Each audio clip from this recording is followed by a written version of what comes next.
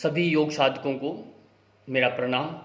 योग ज्योतिष नवनीतम YouTube channel में आपका हार्दिक अभिनंदन। आज भाग 14वां योग का सामान्य परिचय का। दिन धीरे धीरे बीतते जा रहे हैं, अभ्यास बढ़ते जा रहे हैं और इनको दोहराते रहें क्रमशः। यही हमारी आपसे अपेक्षा है। अच्छे आप साधक बने, सैद्धांतिक पक्ष से भी और प्रायोगिक पक्ष से भी, और उज्जवल आपका भविष्य हो, इसी कामना से ये वीडियो सब बनाई जा रही है, ताकि आप जहाँ भी हैं परोक्ष रूप में भी आप ये पढ़ते रहें, सुनते रहें। तो आज जो हमारा विषय रहने वाला है वह है महर्षि पतंजलि के चित्त के विघ्नों को कैसे प्रशमन करना, क्रिया योग किसे कहते हैं। यानी दो विषय शुरू हो रहे हैं। एक तो पहले वाला विषय जो पहले पढ़ा था, उपविक्षेप चित्त विक्षेप, उनका ही समन करने का दृष्टि एक उन्होंने उपाय क्या दिए। दूसरा क्रिया योग यानी अभ्यास वैराग्य का, यानी दूसरे मध्य अवस्था के साधकों के लिए क्रिया योग क्या है। तो अब चलिए पहला प्रश्न क्या बन रहा है। तो पहला प्रश्न आ रहा है 242वां। महर्षि पतंजलि के अनुसार चित्त की प्रसन्नता या चित्त के विघ्नों के प्रशमन के लिए किन किन उपायों का वर्णन किया गया है। अब पढ़िए, उन्होंने 4 तरह की भावनाएं बताई गई हैं। चतुष्ट भावना जो क्या है, मैत्री करुणा मुदिता अपेक्षा नाम सुख दुख पुण्य पुण्य विषयानाम भावनातिश्चित प्रसादनम। ये 4 भावनाएं हैं जो हमारे को शांत चित्त कर सकती है। ये बहुत ही महत्वपूर्ण है। ये एक सॉल्यूशन है, यानी इसका एक समाधान दिया है जो पहले वाले विघ्न जो हमने पढ़े थे उनका।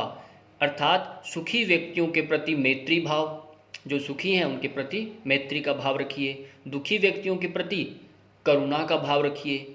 आपका हृदय से स्पंदन हो, करुणा का भाव आए आपका। जैसे माँ का पुत्र के प्रति एक करुणा भाव होता है और ईश्वर का, भगवान का अपने भक्तों के प्रति करुणा भाव होता है, वैसे दया भाव नहीं, करुणा उससे भी उच्च अवस्था का एक शब्द है ये। पुण्य आत्माओं के प्रति प्रसन्नता का भाव, जो पुण्य आत्माएं हैं, अच्छे जो उच्च अवस्था में, जो अच्छे कुल में हैं, उनके प्रति भी प्रसन्नता का भाव रखें, द्वेष भाव न लाएं। पापी व्यक्तियों के प्रति उपेक्षा की भाव, पापियों के प्रति जिसने भी अनायास किसी कर्मवशात कैसे भी गलती करें, उनके प्रति भी सद भाव रखना, उपेक्षा कर देना और उनसे एक मन में कोई द्वेष भाव न लाना। तो यहाँ चित्त प्रसन्न और निर्मल होता है इनसे। दूसरे शब्दों में हम समझते हैं इनको क्या कहा गया है, मैत्री। सुखी के प्रति मैत्री का भाव रखना चाहिए, क्योंकि सामान्यतया लोग किसी को सुखी देखकर ईर्ष्या करते हैं, समझ गए होंगे। करुणा, दुखी के प्रति करुणा का भाव होना चाहिए तथा उनकी सहायता करनी चाहिए, ये एक ध्यान रखना है, ऐसा भाव आपका रहे। मुदिता यानी प्रसन्नता, अच्छा कार्य करने वाले पुण्यात्मा लोगों के प्रति प्रसन्नता का भाव, प्रशंसा प्रोत्साहन देने का भाव होना चाहिए। बहुत सारे समाज में ऐसे संस्थाएं हैं, बहुत सारे ऐसे कार्य होते हैं जो प्रशंसनीय होते हैं, जो कर रहे हैं लोग, तो उनकी प्रशंसा करने में कभी चूकना नहीं चाहिए, उनकी प्रशंसा करनी चाहिए मुक्त हस्त होकर के। अगला है उपेक्षा। दुरात्मा, जो दुरात्माएं हैं आदि जो हमें कष्ट पहुंचाने की चेष्टा करते हैं, उनके प्रति क्रोध या बदले की भावना न रखकर उपेक्षा यानी वह उदासीनता का भाव रखना चाहिए। तो उसको वैसे ही बच्चे की तरह एक मान करके छोड़ देना, एक उसका पागलपंती समझिए, पागलपन जान करके उसका, और उसका एक, जैसे हम स्वप्न में अपने आप को कई बार देखते हैं, निद्रा में कैसे हम भयभीत होते हैं, ऐसी उसकी एक ऐसी स्वप्न अवस्था को मान करके अपना को छोड़ देना, ये एक उपेक्षा है। अगला है प्रश्न, स्वप्न निद्रा ज्ञानालंबनम वा। ये और भी तरह के उन्होंने उपाय बताए हैं चित्त के प्रसादन के लिए। उसमें अगला आता है स्वप्न निद्रा ज्ञानालंबनम वा। ये प्रथम अध्याय 38वां सूत्र है। इस सूत्र का क्या अर्थ पूछा गया है। स्वप्न का आलंबन, स्वप्न का आलंबन एवं निद्रा में बोध का आलंबन भी चित्त को शांत एवं निर्मल बना देता है। ये ध्यान रखना है, स्वप्न में जो हम देखते हैं वो भी निद्रा में जो आपको बोध हुआ, एक आपका शुभ अशुभ जो आपको संकेत निद्रा में जागृत अवस्था का प्रतिरूप जो दिखते हैं, तो उससे भी चित्त शांत होता है। उन पर यदि आप विचार करें तो तो आप समझ सकते हैं ये जागृत अवस्था भी एकमात्र स्वप्न अवस्था का ही प्रतिरूप है।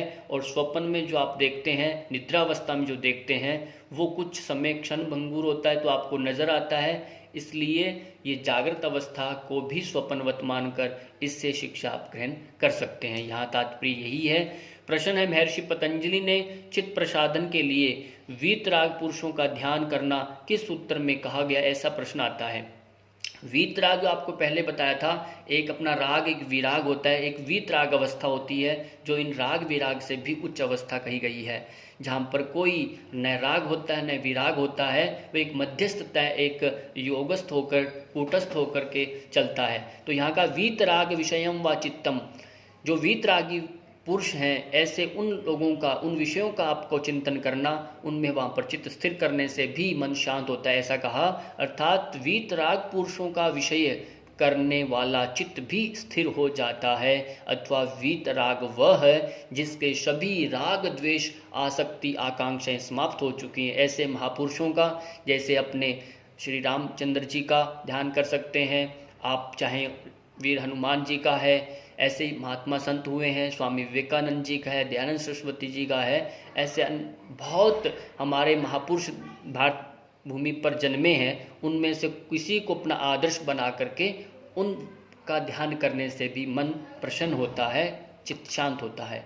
अगला प्रश्न आ रहा है, प्रच्छदन विधारणाभ्याम व प्राणस्य, ऐसा पूछा गया है। इस सूत्र का क्या अर्थ है समझिए। श्वास के प्रच्छदन, जो आप श्वास के बार बार बाहर फेंकने व रोकने की प्रक्रिया के द्वारा भी चित्त शांत हो जाता है। जो आप श्वास बाहर स्पीड से जो आप श्वास फेंकते हैं, जैसे आप श्वास बाहर फेंका यानी आपने रेचक किया, तो बाहर फेंक कर उसको रोकना, तो इससे भी आप अनुभूति करेंगे आपका जो श्वास प्रत्येक, ये प्राण जो आपका जीवनी शक्ति है, प्रश्वास यानी अपान जो आप छोड़ रहे हैं, या आपका मृत्यु एक तुल्य, आपका मृत्यु समान होता है। इसीलिए पुनः श्वास न आए आपके अंदर तो आप समझिए कि आप जीवन नहीं ले सकते। ये प्रति क्षण जो एक आत्मबोध का भाव भी रखना, और इसी तरह से बार बार स्पीड से यदि आप श्वास प्रश्वास करते हैं, छोड़ते हैं, रोकते हैं, छोड़ते हैं, रोकते हैं, भस्त्रिका की तरह, तो मन चित्त शांत होता है, निर्मल होता है। अगला प्रश्न है, महर्षि पतंजलि अंत में चित्त प्रसादन के लिए क्या कहते हैं? यथा अभिमत ध्यानादवा, यानी जैसे आपकी इच्छा है वैसा ही तू कर, इसमें कोई बाउंडेशन नहीं था। और ये पहला वाला जो आप देख रहे हैं प्रच्छदन वाला, तो इसमें तो आर्ट ऑफ लिविंग वाले जो आप देख ही रही हैं, सोहम का जो अभ्यास करवाते हैं पूरा इसी प्रक्रिया के ऊपर जुड़ा हुआ है, तो यहीं से वो लिया गया है। और ये यथाभिमत ध्यानादवा, तो इसमें पूरा इन्होंने बाउंडेशन भी नहीं रखा, यानी एक मत नहीं कहा कि ये हिंदुओं के लिए ही ग्रंथ है। इन्होंने पूरी विराटता का स्वरूप इसी सूत्र में आ गया है। ये विश्वव्यापी स्वरूप है इसका, योग दर्शन का। इन्होंने अतः कोई भी मनुष्य जाति, वो कैसा जैसा भी जिस तन पंथ का है, जैसा भाव जिस मार्ग से चलता है, उसका ध्यान करे। अर्थात जिसका जैसा अभिमत हो उसके ध्यान से भी, यानी कि इष्ट का किसी का ध्यान करे, जिससे उसका मन चित्त स्थिर हो जाता है। इसलिए महर्षि पतंजलि ने अंत में साधक को अपने अनुसार चित्त स्थिर करने को कहा। तो अपने से कर, चाहे तेरे को म्यूजिक सुनने से मन शांत हो रहा है, चाहे तेरे को खेत में काम करने से हो रहा है, चाहे आपका स्वाध्याय करने से हो रहा है, जैसा भी हो आप अपने इच्छा से चित्त को शांत कर सकते हैं किसी भी क्रिया से। अगला प्रश्न आ रहा है, ये प्रश्न पहले का जो अपना पढ़ा था विघ्नों और उनके प्रशमन बता दिया गया है। अब नया प्रकरण शुरू हुआ है, क्रिया योग किसे कहते हैं। छोटा है तो हमने सोचा इसी में ले लेते हैं। क्रिया योग किसे कहते हैं? तप स्वाध्याय ईश्वर प्रणिधानानि क्रिया योग। ये तप स्वाध्याय, तप क्या है आपका? तप यानी कर्म योग। स्वाध्याय आपका क्या है? यहाँ पर स्वाध्याय ये ज्ञान योग है। ईश्वर प्रणिधान यहाँ क्या है? भक्ति योग। इन तीनों तरह की जब व्यक्ति साधना करता है, कर्म योग, ज्ञान योग, भक्ति योग, तो आपका राजयोग सिद्ध होता है, राजयोग की प्राप्ति होती है। यहाँ ये स्पष्ट करना चाह रहे हैं महर्षि पतंजलि, जब साधक तप स्वाध्याय और ईश्वर प्रणिधान से ही अभ्यास करे तब भी वह मुक्त हो सकता है। अर्थात तप स्वाध्याय और ईश्वर प्रणिधान ये तीनों संयुक्त रूप से क्रिया योग कहलाते हैं। इनको क्रिया योग कहा गया है। खेलने कूदने का विषय नहीं है, खाली को कई बार आ जाता है क्रिया योग क्या है, कुछ कह देते हैं नहीं, खेलना कूदना ये क्रिया योग, ऐसा नहीं है। इन तीनों को अलग रखा है। ये आपके नियम के भेद हैं, आपके उपभेद हैं। आप शौच, संतोष, तप, स्वाध्याय, ईश्वर प्रणिधान आदि नियम हैं जो आप पढ़ते हैं, उसमें तीनों अंतिम उपभेद हैं वही यही क्रिया योग में आते हैं। अगला प्रश्न बनता है क्रिया योग का अभ्यास किस लिए किया जाता है, इसका प्रयोजन क्या है। तब भी उन्होंने अगले सूत्र में कह दिया, क्या कहा, समाधि भावनार्थ क्लेश तनुकरणार्थश्च, अर्थात क्रिया योग का अभ्यास समाधि की अवस्था को प्राप्त करने के लिए तथा क्लेशों का सूक्ष्म करने के लिए किया जाता है। जो पंच क्लेश हैं, अविद्या, स्मिता, राग, द्वेष, अभिनिवेश, जो पंच क्लेश हैं आगे हम पढ़ेंगे, तो उन्हीं का सूक्ष्म करने की दृष्टि से, और दूसरा समाधि की अंतिम जो चरण हमारा सोपान है अष्टांग योग का, उसको पाने के लिए ये क्रिया योग का अभ्यास किया जाता है। ये इसका लक्ष्य बता दिया इन्होंने। अब पढ़ते हैं, इन तीनों को अलग अलग समझेंगे। क्रिया योग का अर्थ स्पष्ट करें। ऐसा यदि पूछा जाए तप, स्वाध्याय और ईश्वर प्रणिधान, इन तीनों का अर्थ निम्नवत क्या है। तब पहले समझते हैं, शीत उष्ण, है ना, ठंडा गरम, सुख दुख, भूख प्यास, मान अपमान, जय पराजय आदि द्वंद्वों को सहन करना, इनको सहन करना। यानी तप आपका शारीरिक भी होता है, मानसिक भी होता है। ये आपका शारीरिक तप है और मानसिक भी, मान अपमान आ रहा है, जय पराजय का मान स्तर पर आपका जो प्रभाव पड़ रहा है, तो ऐसे द्वंद्वों से भी वाणी का तप आता है। जैसे भी है तो इन सब का अपने तप कहलाएगा ये।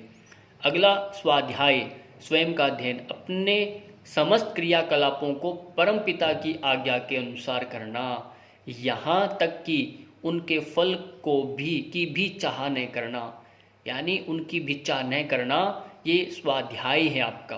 स्वाध्याय यानी आपका ज्ञान योग, जितने भी क्रियाकलाप आपके, उनको भी परम पिता की आज्ञा के अनुसार करना, यहाँ तक कि फल की चाह नहीं करना, यानी अपना स्व अध्ययन करते रहना, आत्मचिंतन करते रहना। तो यहाँ ये स्वाध्याय का अर्थ हुआ स्पष्ट। ईश्वर प्रणिधान, आत्मोन्नति में सहायक, आत्मोन्नति में ये लगता है आत्मोन्नति में सहायक साहित्य का अध्ययन करना, प्रतिदिन स्वयं का आत्मनिरीक्षण करना है, वह पवित्र ओम आदि ध्वनियों का श्रद्धापूर्वक जप करना। ये ईश्वर प्रणिधान हुआ, ईश्वर का समर्पण भाव हुआ आपका। तो यहाँ ये स्वाध्याय यहाँ थोड़ा सा ये लगता है ऊपर का नीचे हो गया है। इसको आप समझ लीजिए कि ये आत्मोन्नति वाला जो है, आत्मचिंतन अवस्था वाला जो ये टॉपिक है, ये स्वाध्याय में आप इसको क्षम्यताम, इसका लिखने में गलती हुआ है, ये ऊपर रख लीजिए। ये आत्मोन्नति में सहायक साहित्य, यानी स्वाध्याय में आएंगे अध्ययन करना, प्रतिदिन स्वयं का आत्मनिरीक्षण करना, व पवित्र ओम आदि का ध्वनियों का श्रद्धापूर्वक जप करना, ये स्वाध्याय में आएंगे। और ऊपर वाला जो ये प्रकरण है स्वाध्याय वाला अपने समस्त, ये ईश्वर प्रणिधान में आएगा। इसी के साथ आपका ये वीडियो समाप्त हुआ। Thanks for watching, thank you और धन्यवाद। पुनर्मिलामः।